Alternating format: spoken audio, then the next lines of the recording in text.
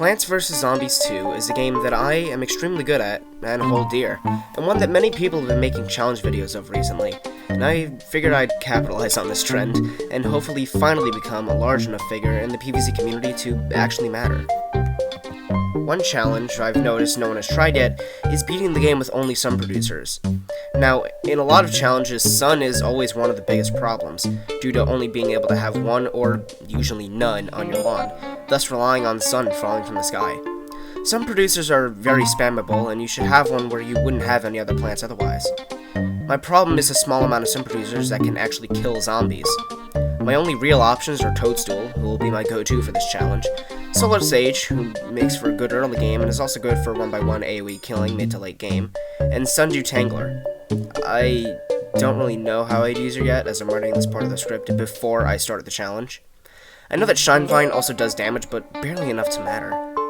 There is also one more plant that I think would help a lot, and that's Solar Tomato. The number one biggest problem, however, is Gargantuars, as I have no reliable way to kill them other than lawnmowers, so my best bet would be to stall them as long as possible, preferably until the final wave, and let the lawnmowers do the rest of the work.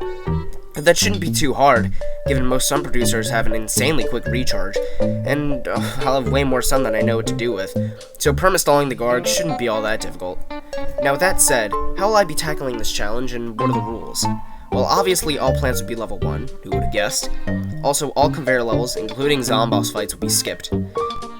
Most locked and loaded levels are also impossible, and would be tried and comedically skipped as well. Unfortunately, I have every upgrade, and then some due to cheats, but you'll see that in the long run, it really won't make that much of a difference. With all that said, how much of Plants vs. Zombies 2 is possible with only sun producers?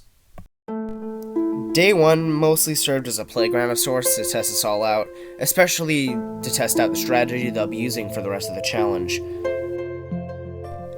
Day 2 would have been a bust if it weren't for, infinite lawnmowers. I don't know why. Don't worry, they won't be here for too long. Day 3 has you start with 2 sunflowers and a cabbage pole already on the lawn. I'm gonna say that pre-placed plants are fair game here and that I don't have to dig them up. Day 4 is a special delivery level, so I won't even bother getting footage for it. Expect this with all special delivery levels moving forward. Day 5 is exactly the same story as Day 2, except there are no pre-placed plants, so, more cheese. Day 6 is a Garg level. No point showing footage of it. Now Day 7 introduces Camel Zombie, which you would expect to be a problem, right? Yeah, me too. However, they aren't, due to Toadstool being able to insta-kill one, and his fast recharge allows me to dig one up with its mouth full, and replace it with a new one. There's really no need to wait for it to swallow and produce sun, because, come on. We have enough sun already. Day 8 introduces Explorer, and for some reason, he can't kill Sundew Tangler. I have no idea why. Anyway, we can just kill him with Toadstool. However, he'll probably be much more of a problem in high numbers. Day 9, I forgot to bring Toadstool. I won anyway. Day 10 introduces Tomb Raiser, but once again, he's easily countered by Toadstool, because either she kills the Tomb Raiser or she destroys the graves. Like with Explorer, Tomb Raiser will likely be a more difficult threat to deal with in high numbers, but definitely not as much as Explorer. And will you look at that? That's every special zombie Egypt has to offer, all of which are countered by Toadstool. Interesting. Day 11 is a locked and loaded. No.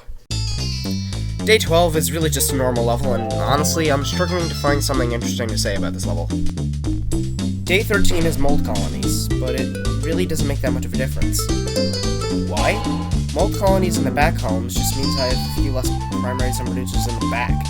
That makes no difference due to the sheer amount of sun I produce anyway. Day 14 is another normal level, but while we're here, I may as well go over the strategy for most of this challenge that I think I've perfected. Parmelsun, Toadstool, and Sundew Tangler spam. Yep, that's really it. Solar Sage for 1x1 insta-killing, Solar Tomato for stall when necessary, and Enlightenment for emergencies. It's really that simple. Day 15 is the Save Our Seeds level, but that really doesn't change much yet. I'd still recommend putting Shinevine on the endangered plants before anything else for the extra HP, just in case. Day 16 is just normal level, so here's a cool fact about Toadstool. According to the PvZ Wiki, Toadstool is based on the, and I'm sorry if I butcher this, Amanita muscaria, also known as the fly agaric. Anyway, moving on, Day 17's objective changed things quite a bit. It's a plant limit. This objective means I can't spam plants. I need to pay a lot of attention and dig up toadstools the moment they swallow a zombie, and use instas like Solar Sage and Solar Tomato as much as possible. Shine Vine is also useless in these types of levels, and it's recommended to run Gold Leaf instead. Day 18 is a last stand level. I can't use some producers here, so from here on out, they'll be skipped. Day 19 is a combination of days 13 and 17, and again, required a lot of attention. Day 20 is a second Saber Seas level and played exactly the same as Day 15.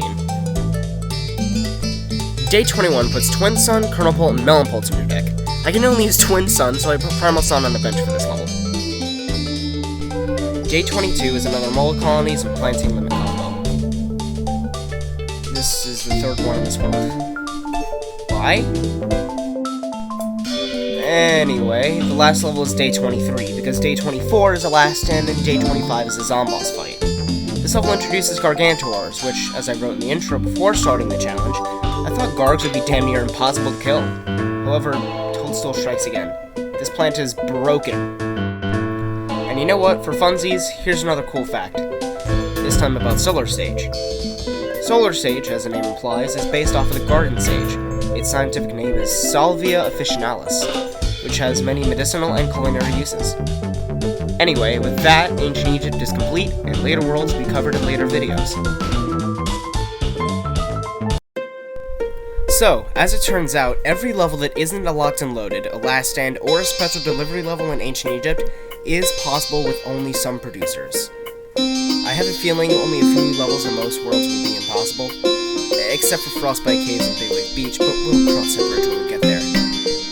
I noticed my editing style for this video, and a lot of writing is very similar to Creeps20, a PvZ YouTuber that I like a lot. But I think his style is perfect for this kind of video. I also know that I took a few pages out of the books of other PvZ challenge videos for providing silly facts about plants to keep the viewers entertained. I just thought it'd be funny, okay? One more thing. Why am I playing on the most recent version of the game and not 4.5.2, which is what many consider to be the best version of the game?